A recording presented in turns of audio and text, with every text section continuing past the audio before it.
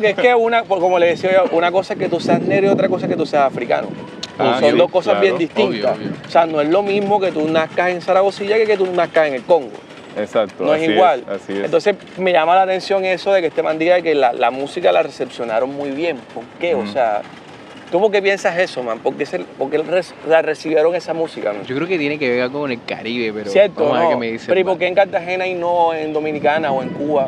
¿O en Dominicana escuchan música africana? Yo creo que yo creo que de pronto en cierta medida, ¿no? Quizás no como acá. A ver, eso es una historia larga, vamos a resumir. Ok. Dale. La música ha sido como un juego de ping pong, va y viene todo el tiempo, ¿no? Entonces, inicialmente la costa occidental de África fue donde trajeron las personas esclavizadas, lo que era Guinea-Bissau, el Congo, Nigeria, todos esos países de la costa occidental, de allí fueron tomadas las personas que fueron traídas esclavizadas. Estuvieron en el Caribe, hablando de las islas, hablando de Costa de México, hablando de Cuba, Colombia, etc. Más adelante, cuando aparece el son cubano, que es una música determinante en esta historia, aparece el son cubano y eso coincide con la explosión cultural que hubo en la República Democrática del Congo recién formada. Antes se llamaba Zaire. Cuando se forma el Congo, ellos quieren como que mostrar que son un país grande, próspero. Entonces empiezan a importar cosas, construyen un ferrocarril para que eso llegue a todo el país. Entonces empiezan a traer discos de RCA, la marca RCA, que es el logotipo de un perrito escuchando un gramófono. No sé si están relacionados con ese logotipo. Entonces los discos, los LP de RCA empezaron a ser llevados al Congo. Ahí había rumba, son cubano. Eso, o sea, desde Cuba hasta el Congo. Desde Cuba hasta el Congo. Ok. Entonces, ¿qué pasa? O sea, y eso es previo a que viniera esa música acá. Exactamente. Previo a que existiera el sucus. Entonces, llega el son cubano hasta el Congo.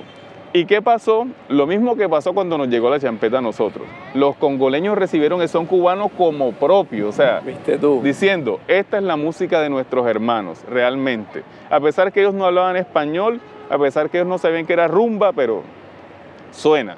Entonces se empezó a escuchar en las emisoras, se vendían los discos, se formaron bandas congoleñas de son cubano allá. Entonces esto fue una cuestión muy bien aceptada, pero ya llega la inclusión de lo africano dentro del son. Y es donde aparece la rumba congoleña. ¿Por qué se llama rumba en español si se formó en el Congo? Porque los discos, los LPs que vendían decía rumba por todos lados, ¿no? Que era la música de acá. Entonces se llamó rumba congoleña, las primeras expresiones musicales del Congo con raíces caribeñas. Con raíces caribeñas. Bien. Entonces, en ese momento, aquí mi amigo músico, acá hay de todo.